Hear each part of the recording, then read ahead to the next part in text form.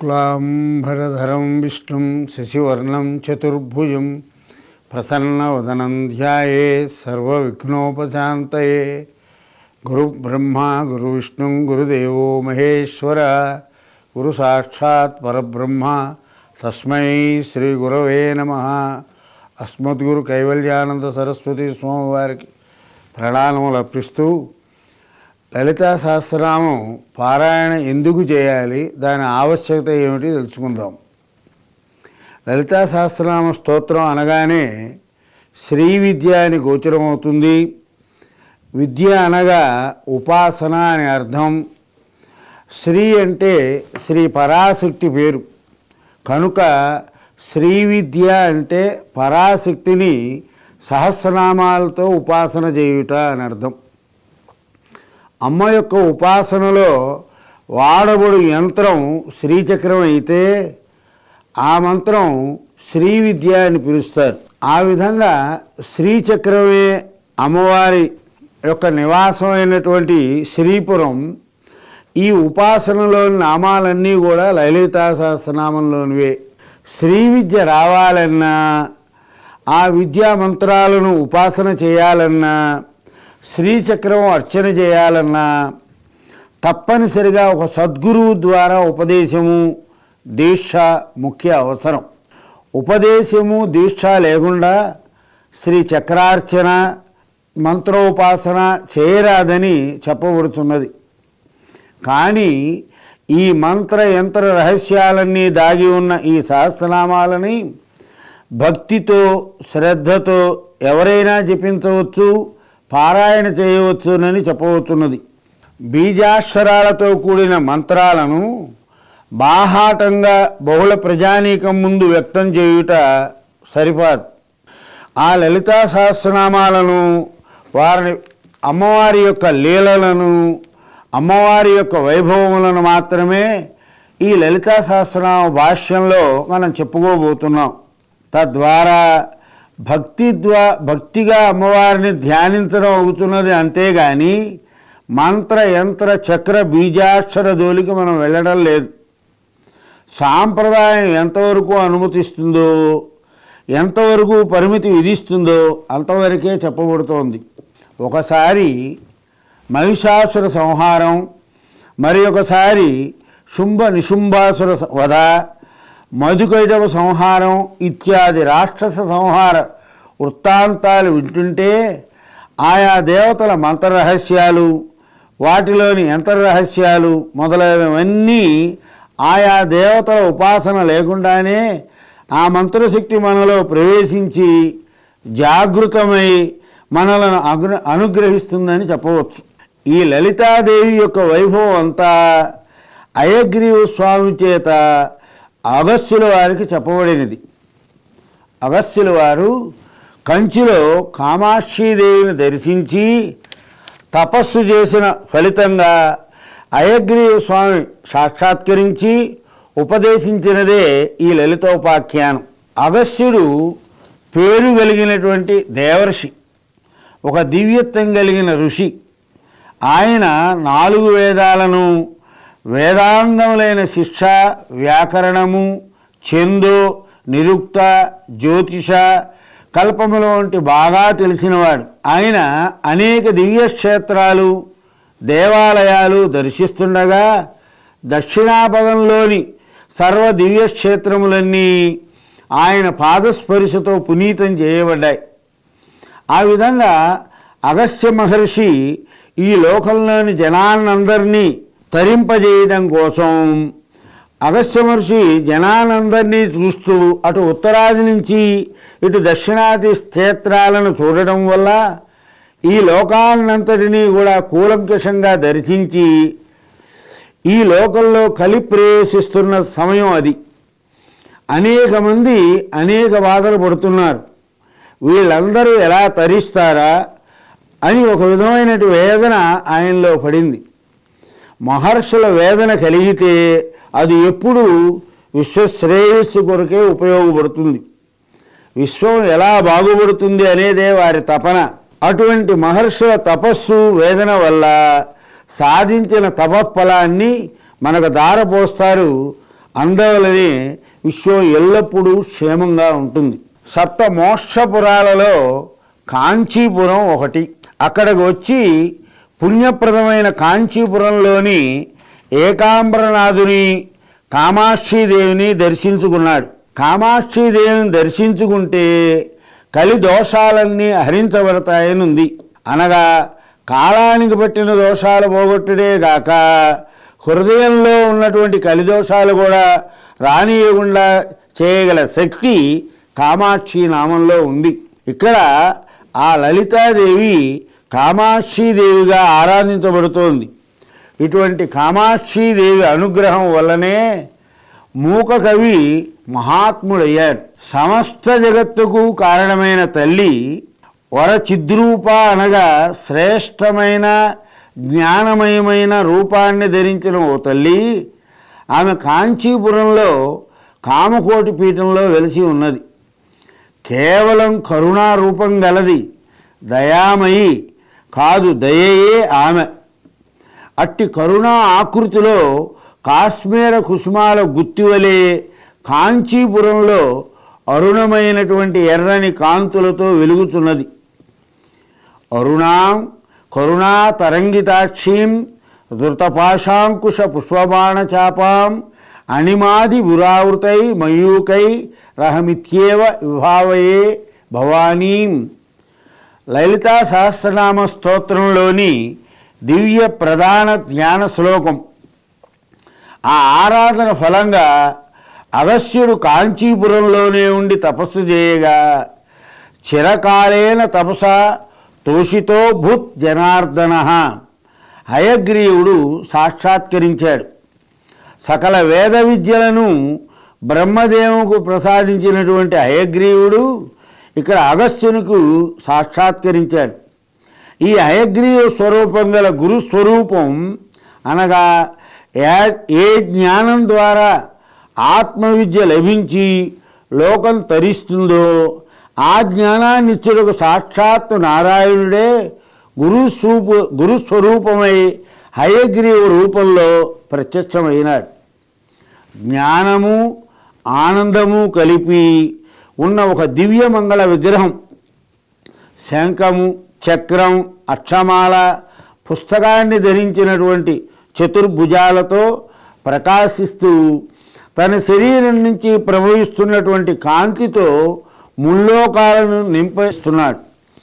అటువంటి హయగ్రీవ స్వామిని దర్శించగానే వెంటనే నమస్కరించి వినయంగా స్వామిని అనేక విధాలుగా కీర్తించాడు. సంతోషించినటువంటి జనార్దనుడు వరం కోరుకో అన్నాడు. అగస్త్యుడు ఈ విధంగా కోరుకున్నాడు. ఓ భగవానుడా, నీ ప్రసన్నత కలిగితే ఈ సామాన్యులైన పామరులైన అజ్ఞాన మాయామోహితులైన జనులందరూ ఈ జగత్తులో తరించే మార్గాన్ని తెలియజేయండి అని అడిగాడు. అని అగస్త్యుడు అడిగితే హయగ్రీవుడు ఏమన్నాడంటే, ముఖ్యంగా కలికాలంలో ఏది ధర్మమో ఏది అధర్మమో తెలియని అయోమయ స్థితిలో జగత్తంతా వర్ణాశ్రమ విహీనమై పాపిష్టులతో నిండి ఉంటుంది. అటువంటి వారు కూడా తరించడానికి అనువైన మార్గాన్ని చెబుతున్నాను. దానివలన ఆత్మజ్ఞానం కలుగుతుంది, అన్ని సిద్ధులు కలుగుతాయి అన్నాడు. ఆ పరాశక్తి రూపాన్ని ధ్యానిస్తే దుష్కృతులు కూడా సుకృతులవుతారు. తెలిసినా తెలియకపోయినా తమకు తోచిన విధంగా అమ్మవారిని ధ్యానం చేస్తే వాడు తరించి సర్వసిద్ధులు పొంది దాని ఫలంగా ఆత్మజ్ఞానాన్ని కూడా పొందగలుగుతాడు. ముల్లోకాలను ఈ త్రిపుర సుందరి అయిన అమ్మవారి ఆరాధనకు మించిన ఆరాధన వేరొకటి లేదు. అనగా అమ్మ ఉపాసనలో ఆత్మవిద్య అంతా దాగి ఉన్నదని అర్థం. వెంటనే ఆనందభరితుడైన అగస్త్య మహర్షి భక్తితో మరి ఒకసారి నమస్కరించి ఆ అమ్మ యొక్క రూపం ఏమిటి, ఆమె యొక్క ప్రభావ వైభవాలు, ఆమె యొక్క లీలలను, ఆ చరిత్రనంతా కూడా వినాలని ఉన్నది, సవివరంగా చెప్పమని అడిగాడు. అప్పుడు ధ్యానానికి మాత్రమే కనబడు జగజ్జనని, ఆ తల్లి యొక్క శరీరమే జ్ఞానమయమైనటువంటి చైతన్య రూపం, మంత్రమయమైన ఆ తల్లి సమస్త జీవుల హృదయాలందు జీవించి ఉండి పరమ చైతన్య శక్తే ఆ అమ్మవారు. ఆ పరాశక్తి లలితాదేవిగా ఆవిర్భవించి చేసిన దివ్యలీలలన్నిటినీ హయగ్రీవుడు చెప్పుతూ ఉంటే అగస్త్యుడు మహాభక్తి శ్రద్ధలతో వింటున్నాడు. మనలో ఉన్న రాక్షస ప్రవృత్తులన్నీ నశించి ఈ జీవులకు కావలసినటువంటి ఆత్మజ్ఞానాన్ని లభిస్తుంది కనుక ఈ లలితాపోఖ్యానం అంతా ఒక ఆత్మవిద్యా స్వరూపం అని చెప్పబడుతోంది. అమ్మవారి యొక్క లీలలను, అమ్మవారు వాడిన ప్రతి ఆయుధమును, వచ్చిన శక్తులన్నిటినీ మనం భక్తి శ్రద్ధలతో అంతర్గతమైన దృష్టితో భావనతో పరిశీలిస్తే ఆ లీల అంతా మన హృదయంలో జరుగుతున్నదేనని తెలుస్తుంది. తత్ఫలితంగా లభించేదే రాక్షస ప్రవృత్తి నాశనమయ్యి ఆత్మజ్ఞాన ప్రాప్తి కలుగుతుంది. మొదటగా బండాసురుడు రాక్షసుడున్నాడని ప్రారంభించాడు. ఈ బండాసురుడు ఎలా తయారయ్యాడంటే, మన్మధుడు శివుని కంటి మంటలతో కాలి బూడిదై ఆ బూడిదని ప్రమదగణాలలో ఒకడు బొమ్మగా తయారు చేయగా దానికి ప్రాణం వచ్చింది. వాడు రాక్షసుడయ్యాడు. వాడి పేరే బండాసురుడు. వాడి నుంచి వచ్చిన అనేక మంది రాక్షసులు ఉత్పన్నమైనారు. వీళ్ళందరితో శూన్యక పట్టణం రాజధానిగా చేసుకున్నారు. వారి యొక్క బలగాన్నంతటినీ తీసుకొని దేవ సామ్రాజ్యాన్ని మొత్తంగా హస్తగతం చేసుకోవాలని బయలుదేరాడు. అదే రాక్షస ప్రవృత్తి. అప్పుడు ఒక విధమైన అకారణ ప్రళయాన్ని తీసుకువచ్చి అధర్మాన్ని వ్యాప్తి చేశాడు. ఏ విధంగా అయితే ఎప్పుడైతే దేవీ శక్తులన్నీ క్షీణదశను పొందాయో వారందరూ కలిసి శివుని వద్దకు చేరి బండాసురుని సంహారం చేయమని ప్రార్థించారు. అప్పుడు శివుడు తన హృదయాగ్ని నుండి తీసిన జ్ఞానాగ్నితో ఒక హోమగుండాన్ని రగిల్చాడు. ఆ హోమగుండమే చిదగిన గుండం. దేవతలందరూ తమ తమ శక్తులన్నిటినీ అందులో హుతం చేశారు. శివుని ఆధ్వర్యంలో ఒక మహాయాగం జరిగినది. ఆ చిదగుణగుండం నుండి మహామాత జగన్మాత ఉద్భవించింది. ఆ తల్లియే లలితాదేవి. అందుకే మన పెద్దలు ఈ దేవీ గాథలు, రాక్షస సంహార లీలలు మనకు పారాయణ క్రమాలుగా పెట్టబడినవి. అనగా ఆ పారాయణ మన లోపల మంత్రోపాసనగా జరుగుతుంది. తద్వారా చివరికి రాక్షస ప్రవృత్తుల యొక్క సర్వనాశనం, అజ్ఞానం యొక్క నాశనం సంపూర్తిగా జరిగి ఆత్మైక జ్ఞానం మనందరికీ లభిస్తుంది. అటువంటి ఆత్మజ్ఞాన స్వరూపిణి అయిన లలితా పరాభట్టారిక యొక్క గాథను హయగ్రీవుడు విపులంగా వివరించాడు. అప్పుడు అగస్త్యుడు అడుగుతున్నాడు, సహస్రనామాల గురించి నాకేం చెప్పలేదు, దానికి కారణం బహుశా నాకు చెప్పడం మరిచారా, లేక నన్ను ఉపేక్షించారా, అది వినడానికి నేను యోగ్యుడును కానా అని ఎంతో వినయ విధేయతలతో అగస్త్యుడు అడిగాడు. ఒక మహావిద్యను వినడానికి కానీ తెలుసుకోవడానికి కానీ తగిన అర్హత ఉండాలి. అది గమనించాలి ముందు. ఆ విధంగా అగస్త్యుడు అడగగానే హయగ్రీవుడు ఒకసారి ఆ తల్లిని ప్రార్థించి, లోపాముద్రాపతి, సావధాన చిత్తుడివై విను. ఈ నామాలన్నీ అతి రహస్యములైనవి. వాటిని చాలా గుప్తంగా ఉంచాలి కనుక నీకు చెప్పలేదు. నీవు ఎంతో భక్తిపూర్వకంగా అడిగావు కనుక అమ్మ యొక్క అనుమతి తీసుకొని చెబుతున్నాను. సావధాన చిత్తుడివై, ఏకాగ్ర మనస్కుడివై విను. తపనతో అడిగితే అటువంటి అర్హత గలవారికి మాత్రమే వినిపించాలి. నీవు కూడా ఎవరికి పడితే వారికి, భక్తులు కాని వారికి ఎట్టి పరిస్థితిలోనూ ఇవ్వకూడదు. అమ్మ చరణాలే గతి అని ప్రేమపూర్వకంగా భక్తితో అడిగితేనే ఇవ్వాలి. మొండివానికి, మూర్ఖునికి, దుష్టులకు, విశ్వాసం లేని వారికి ఇది ఇవ్వరాదు. ఈ లలితా రహస్యనామాలనేవి ఎంతో దివ్యమైన అర్థాలను, రహస్యాలను గర్భీకరించుకున్నాయి. అంతేకాక ఎన్నో యోగ రహస్యాలు, కుండలిని యోగ రహస్యాలు మొదలగునవి ఈ శాస్త్రంలో కనబడుతున్నాయి. సంపూర్ణంగా అర్థం చేసుకొని ఒక వాక్యానికి మరొక వాక్యానికి ఉన్న సమన్వయంతో పాటు పిండాండ బ్రహ్మాండ సమన్వయం కూడా మనం చేసుకోవాలి. అందువల్లనే విశ్వమంతా వ్యాపించి ఉన్న అమ్మవారిని గురించి చెబుతూ మనలో అమ్మవారు ఎలా నిలిచి ఉన్నదో, ఏ ఏ పనులు నిర్వర్తించుతున్నదో కూడా చెప్పబడది. ఈ విధంగా అమ్మవారి యొక్క చైతన్యాన్ని, దైవత్వాన్ని దర్శించే విధానాన్ని తెలియజేయబడుతోంది. ఇది కేవలం ఉపనిషత్ శాస్త్రం, ధర్మశాస్త్రం, యోగశాస్త్రం, మంత్రశాస్త్ర రహస్యాలన్నీ దాగి ఉన్నాయి. అనగా పూర్ణంగా ఆధ్యాత్మిక విద్యయే శ్రీ లలితా సహస్రనామ స్తోత్రం అంతా. బాగా పరిశీలిస్తే మన ఆత్మస్వరూపమే అమ్మవారు. అంతేకాకుండా ఈ నామాల కూర్పులో కూడా ఒక విశేషం కనబడుతుంది. ఆ శబ్దం వింటుంటే ఆ శబ్ద మాధురి, ఆ శబ్ద గమనంలో అమ్మ యొక్క రూపం కనబడేటట్లు చేస్తుంది.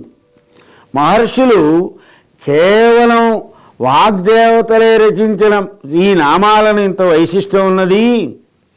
శ్రీమాత, శ్రీ మహారాజ్ఞి, శ్రీమత్సింహాసనేశ్వరి, చిదగుణగుండ సంభూత, దేవకార్య సముజ్యత అని చెబుతూ ఉంటే ఆ శబ్దగమనంలో ఏర్పడినటువంటి ప్రకంపనలో ఒక లయ విన్యాసం, ఒక స్త్రీ సహజమైన సౌందర్యం, మాధుర్యం ఇత్యాదులన్నీ గోచరిస్తాయి. అనగా ఒక శబ్ద స్ఫురణలో, ప్రకంపనలో కలిగిన అనుభూతిలోనే అమ్మ యొక్క సాక్షాత్కారం కలుగుతుంది. అదేవిధంగా విశ్వం విష్ణుర్ వషట్కారో భూత భవ్యత్ భవత్ప్రదు అని వింటుంటే కూడా ఒక విరాట్ పురుషుని మూర్తి స్ఫూర్తిస్తూ ఉంటుంది.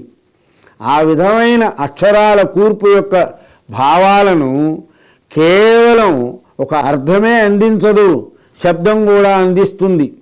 శబ్దము అర్థము కలిసి ఒక చక్కని భావాన్ని అందిస్తాయి. కనుక ఇందులో కావ్య మాధుర్యాలే కాక అమ్మవారి యొక్క స్వరూపం స్ఫూర్తిస్తూ ఉంటుంది.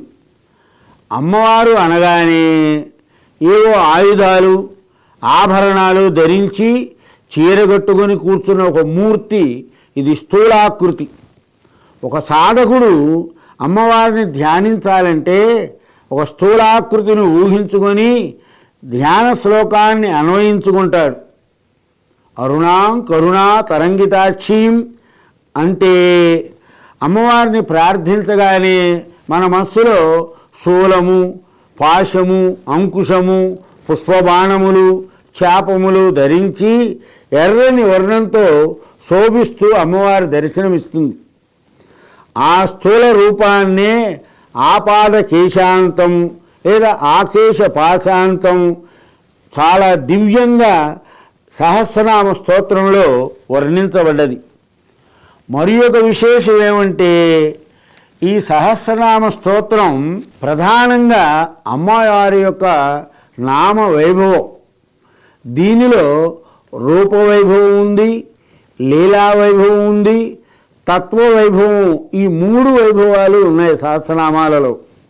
ఒక దివ్యమంగళ విగ్రహాన్ని మన మనస్సులో అనుసంధానించుకుంటే వెంటనే మన హృదయంలోని దుష్ట భావాలు, అజ్ఞానాలు తొలగిపోతాయి. రెండోది, అమ్మ ప్రదర్శించిన లీలలు, అమ్మ యొక్క లీలా వైభవము, బండాసుర సంహారం ఒక దివ్య లీల. వివిధ అవతారాలు ధరించి అనేక మంది రాక్షసులను సంహరించడం, ఇవన్నీ కూడా లీలలే. ఈ రూపాల ద్వారా, ఈ లీలల ద్వారా ప్రకటింపబడు దివ్యతత్వమే అమ్మవారి యొక్క అసలు తత్వం. అమ్మకు శక్తులు ఉంటున్నాయి. అమ్మవారిని శక్తి అంటున్నాం, పరబ్రహ్మ రూపం అంటున్నాం. అనగా అమ్మవారు పరబ్రహ్మ అని చెప్పడం ఒకటి, ఆ పరబ్రహ్మ యొక్క శక్తి అమ్మవారిని చెప్పడం మరి ఒకటి. ఎందుకనగా అమ్మవారు అనగానే అక్కడ అయ్యవారు కూడా ఉన్నారని అర్థం. ఈ రెండూ చూడగానే దంపతీ భావన మనకు కనబడుతుంది. అలా కాకుండా ఉన్నది ఒకటే అమ్మవారని, అంటే కేవలం అమ్మయే పరబ్రహ్మం అని చెప్పడం జరుగుతుంది. దేవీ ఉపనిషత్తు అనే చెప్పబడు నేను పరబ్రహ్మ స్వరూపాన్ని, నా నుంచే ప్రకృతి పురుషాత్మకమైన జగత్తు ఏర్పడినది అని చెప్పింది అమ్మవారు. విశ్వానికి బీజంగా ఉండి విశ్వమంతా వ్యాపించి ఉండి కూడా విశ్వానికి అతీతంగా ఉన్నది అంటే ఆ తల్లే మాయా అనబడుతున్నది. మాయాశక్తే జగత్తంతా పరుచుకుని ఉన్నదని గ్రహించాలి మనం. ఈ మాయ మళ్ళీ విద్య అవిద్య అను రెండు రూపాలు ధరించింది. విద్య అంటే బంధముల నుంచి విమోచనం కలిగించేది, అవిద్య అంటే బంధములను కలిగించేది అని. అంటే ఈ విశ్వాన్ని అంతటినీ నిరంతరం నడిపిస్తున్న కాలస్వరూపంగా, దేశస్వరూపంగా, అనంత చైతన్యంగా విస్తృతి చెందినటువంటి మహాశక్తియే ఆ పరబ్రహ్మం యొక్క శక్తి. ఇట్టి అవగాహన కలిగితే మొత్తమంతా ఈ జగత్తుకు ఆధారభూతమైన ఆ శక్తి పరబ్రహ్మమే అని తెలుస్తుంది. ఈ జగత్తుకి అదే శివశక్త్యైక రూపం, అదే మోక్షం, అదే కైవల్యం. వస్తు దృష్టితో జగత్తును చూడడం అజ్ఞానం. భిన్న దృష్టి అనగా ద్వైత దృష్టి. అది నశించి ఈ శక్తే పరబ్రహ్మమని స్ఫురణ కలగడమే మన అంతిమ లక్ష్యం. ఇదే లలితా సహస్రనామ స్తోత్రంలో చివరికి చెప్పబడ్డది. శివశక్త్యైక రూపం. ఎక్కడ చూసినా అమ్మ రూపమే కనబడి అమ్మ యొక్క వాత్సల్యం మనం అనుభవిస్తున్నాం. అమ్మ యొక్క లాలనలోనే మనం ఉన్నాం అనే తృప్తి, దివ్యానందం కలుగుతోంది. ఆ ఆనందాన్నే ఆత్మానందం అంటాం. ఈ విధంగా మనలో ఉన్న ఆత్మశక్తి గురించి అర్థమవుతోంది. అది సమిష్టి, వ్యష్టి ఈ రెండింటికి మధ్య సామరస్యాన్ని తెలుపుటకు ఈ లలితా సహస్రనామ స్తోత్రం ఒక దివ్య సాధనం అని అయగ్రీవ స్వామి అగస్త్యులకు చెబుతూ ఈ లలితోపాసనకు ముందుగా చేయవలసిన జ్ఞాన శ్లోకాలలోకి వెళ్ళారు. 4 విధాలైన జ్ఞాన శ్లోకాలు చెప్పబడ్డాయి. ఈ 4 రూపాలలో ఏ రూపాన్నైనా లేదా 4 రూపాలను గాను ధ్యానించవచ్చు మనం. అరుణాం కరుణాతరంగితాక్షీం ధృతపాశాంకుశ పుష్పబాణచాపాం అణిమాది బురావృతాం మయూకైరహమిత్యేవ విభావయే భవానీం. అరుణమైన తల్లి యొక్క కన్నులు కరుణాతరంగితములు. ఒక రూపాన్ని దర్శించాలంటే ముందుగా కనబడినవి ముఖంలోని కన్నులు. ఆ తల్లి యొక్క హృదయాన్ని కన్నుల ద్వారా కరుణాతరంగితముగా దర్శనమిస్తోంది అమ్మ. ఈ విశ్వమంతా ప్రసరిస్తున్నది ఆమె యొక్క కన్నుల నుండి వచ్చు కరుణాతరంగాలు. ఆ తల్లి యొక్క 4 చేతులు, ఆ 4 చేతులలో 4 ఆయుధములను ధరించింది. ఒక చేతిలో పాశము, మరి ఒక చేతిలో అంకుశము, మిగిలిన రెండిటిలో పుష్పబాణములు, చాపము అనగా ధనస్సు, అది కూడా చెరుకు విల్లు. అణిమ మొదలైన కాంతులనబడు సిద్ధులు. ఈ సిద్ధులు అమ్మ నుండే ప్రసరిస్తున్నటువంటి కాంతులు. అనగా అమ్మను ఉపాసిస్తే సాధకునకు లభించునవి ఈ సిద్ధులు. ఇంతటి నిగూఢమైన రహస్యాలు ఉండుటచే లలితా సహస్రనామ స్తోత్రములను ఆత్మవిద్య, వేదాంత విద్య, రహస్యం అని చెబుతున్నాడు. ఒక వేదాంత పరమైనటువంటి విద్య ఇది. ఉపాసనా విధానం అంటే ఇదే. నారుద్రో రుద్రమచ్చేత్ అని ఉంది. అంటే నీవు ఆ దేవత కానిదే ఆ దేవతను అర్చించరాదు అని శాస్త్రం చెబుతోంది. మనం రుద్రులవుతే కానీ రుద్రుని పూజించడానికి వీలు లేదు. అట్లాగే మనం జడులమైతే ఆ దివ్య చైతన్యాన్ని ఎలా ఆరాధన చేయగలం? అందుచే మనం ముందు ఏ దేవతను ఆరాధించాలనుకున్నామో ఆ దేవతా స్వరూపమే మనం అయిపోవాలి అని చెబుతోంది భారతీయ ఉపాసనా శాస్త్రం. అనగా మనకి ఇంకా భౌతిక దృష్టి ఉండకూడదా, మన మనస్సు పూర్తిగా దేవతలో తన్మయం పొందిన తర్వాతనే మనం ఉపాసించాలి. ఆ విధంగా భవానీదేవితో తన్మయ స్థితి పొంది ఉపాసన చెయ్యాలి. కనుక అహమిత్యేవ విభావయే భవానీ. అమ్మవారు తన నుంచి వచ్చినటువంటి దివ్య కాంతుల మధ్య ప్రకాశిస్తున్నది. అణిమాది మయూఖములు అనగా మరి ఒక అర్థంలో శ్రీచక్ర స్వరూపం గురించి కూడా తెలుసుకోవడం చాలా అవసరం. ఈ శ్రీచక్రం నిత్యం అర్చన చేయువారు మాత్రం గురుముఖత తెలుసుకోవాలి. శ్రీచక్రం యొక్క సాధారణ అవగాహన లేనిదే లలితా సహస్రనామాలలో కొన్నిటిని పూర్తిగా తెలుసుకొనట కష్టం. విశ్వచక్రమే శ్రీచక్రం. అలాగే మన శరీరమే ఒక శ్రీచక్రంగా చెప్పబడుతున్నది. అమ్మవారు శ్రీచక్రంలో ఉంటుంది అనునది యోగ భూమికలో దర్శించి యోగులకు. మన హృదయంలో దర్శనం చేయటం మొదలు పెడితే మనలోనే శ్రీచక్రం సాక్షాత్కరిస్తుంది. అనగా ఆ శ్రీచక్ర అధిష్టాన దేవత అయిన అమ్మవారు సాక్షాత్కరిస్తుంది. అదే మన భారతీయమైన విజ్ఞానం యొక్క విశేషం. ఒక దేవతా స్వరూపం ఉన్నదన్నా, ఒక దేవతానామం ఉన్నదన్నా దానికి యంత్రానికి సంబంధం ఉన్నది. కనుకనే భారతీయ విగ్రహారాధన కేవలం విగ్రహారాధన కాదు, ఆ విగ్రహం యంత్రంతో సంబంధం కలిగి ఉంటుంది అని తెలుసుకోవాలి. శ్రీచక్రంలో 9 ఆవరణలతో కూడుకొని ఉన్నది. ఆవరణ అనగా ఆకృతి అని అర్థం. అదే అణిమాది విరావృతాం మయూకై. ఈ ఆవరణలన్నీ వెలుగులైతే ఆవరణల మధ్య ఉన్న జ్యోతి వంటిది అమ్మవారు. కదలగుండా ఉన్న ఒక కొలనులో ఒక చిన్న రాయి వేస్తే అంతవరకు కదలని ఆ కొలనులో అలలు మొదలై ఒడ్డు వరకు వెళతాయి. దీనికంతకు కారణం ఆ చిన్న రాయి పడ్డ చోటు. ఆ బిందువే లేకపోతే ఇవేవీ లేవు.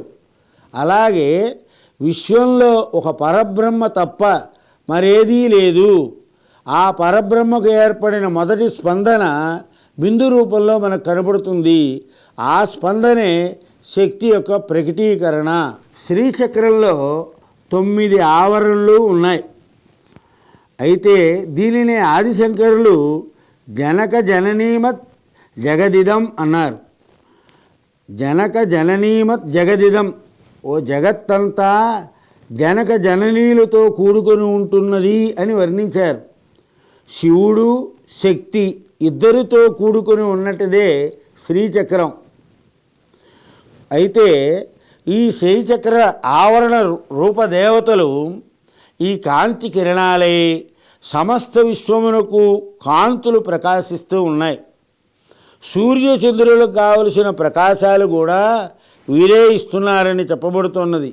అనగా అమ్మవారు ఇన్ని వెలుగులను కలిగించిన కాంతుల ప్రసవి. ఈ కాంతులే సమస్త జ్యోతిర్మండలముల వలె ప్రకాశిస్తున్నాయి. ఇది అణిమాది విరావృతాం మయూకై అనడంలోని అంతరార్థం. అమ్మ యొక్క వెలుగులతో ఈ విశ్వచక్రమంతా నిండి ఉంది. ఆ విధంగా ఈ శ్రీచక్రం చెప్పబడినప్పుడు అదే శ్రీచక్రం మన శరీరంలో కూడా ఉన్నదని ఉపనిషత్తులు చెబుతున్నాయి. లలితా సహస్రనామాలను చదువుతుంటే మనకు తెలియకుండానే మన అంతరంగంలో సూక్ష్మ ప్రపంచంలో కొన్ని కాంతివంతమైన శ్రీచక్రం ఏర్పడుతుంది. పారాయణ చేయనప్పుడు శ్రీచక్రం మన చుట్టూ ఉన్నదని, మనలోనే ఉన్నదనే స్పృహతో చేయాలి. సమస్త కాంతి స్వరూపంతో ప్రకాశిస్తున్న పరంజ్యోతి స్వరూపిణి అయిన అమ్మవారి ఆకృతియే శ్రీచక్రం. శరీర చక్రంలోని ఒక్కొక్క చైతన్యం అమ్మవారి యొక్క కరుణ అని మనం గ్రహించడమే శ్రీచక్ర ఉపాసన. అదియే లలితోపాసన అని చెప్పబడుతోంది. మన శరీరం అంతా కూడా నవావరణాత్మకమైన చక్రం అయింది కనుక మనకు భౌతికంగా కనబడు 9 ధాతువులలోని చైతన్యం అమ్మవారి యొక్క మయూఖములుగా మనం పరిగణించబడాలి. మనం అనుభవిస్తున్నటువంటి విశ్వం, మనం చూస్తున్న ప్రపంచం అనబడి ఈ విశ్వం అంతా కూడా ఆత్మనే కేంద్రంగా చేసుకున్నది కనుక ఈ శరీర రూపం విశ్వమంతటికీ కూడా ఆత్మ కేంద్ర బిందువై ఉన్నది అని చెప్పాలి. ఈ విధంగా ఉపాసనలో బాహ్యమైన ఉంటే శ్రీ విద్య అనున్నది ఆత్మవిద్య.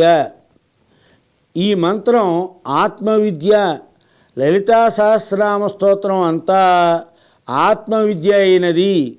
ఒకసారి మనం కూర్చొని అమ్మవారిని ధ్యానం చేస్తే మనమే శ్రీచక్రం అయిపోతాం, మేరు ప్రస్తారంగా అయిపోతామని గ్రహించాలి. శ్రీచక్రంలో నవరసాలు కూడా చెప్పబడ్డాయి. ఈ భావనలో కూడా భవానీని భావించాలి. అందుచే శ్రీచక్రంలోని 9 ఆవరణలకు ఒక్కొక్క రసం చెప్పబడ్డది. ఇన్ని రసాలకి అతీతంగా ప్రకాశిస్తున్నటువంటి ఆ శాంతమే లలితాదేవి యొక్క స్వరూపం. ఈ విధంగా నవరసాలు, నవావరణలు, శ్రీచక్రము, దేహచక్రము ఇవన్నీ కూడా ఒకదానిలో మరి ఒకటి సంకేతంగా చెప్పబడుతున్నాయి. అనగా శ్రీచక్రాన్ని కనుక ధ్యానం చేసినా లేక శ్రీ లలితాదేవిని ధ్యానం చేసినా, లలితా సహస్రనామ స్తోత్రం పారాయణ చేసిన శరీర చక్రములన్నీ చైతన్యవంతమై ఆ చైతన్యమంతా అమ్మవారి చైతన్యమేనని అవగాహన ఏర్పడుతుంది. అప్పుడు మన ఆత్మతత్వానికి ఆవరించి ఉన్న అజ్ఞానం తొలగిపోతుంది. సర్వం దేవి మయిం జగత్ లేదా సర్వం బ్రహ్మమయం జగత్ అనే స్ఫురణ కలుగుతుంది. అమ్మవారు ఎప్పుడూ తన భక్తుల ఎడల లేదా తన యందు భక్తి గలవారి ఎడల ఎల్లవేళలా వంగి ఉంటుంది అని అర్థం. భక్తి చూపిస్తే అమ్మ వెంటనే అనుగ్రహిస్తుంది. భక్తులకి అనాయాసంగా లభ్యం అవుతుంది అమ్మవారు. కరుణామయ తల్లి అని చెప్పబడుతోంది.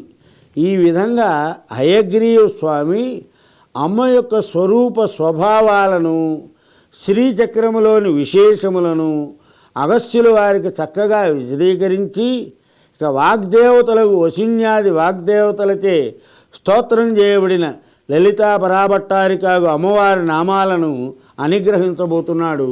శ్రీమాత్రే నమః.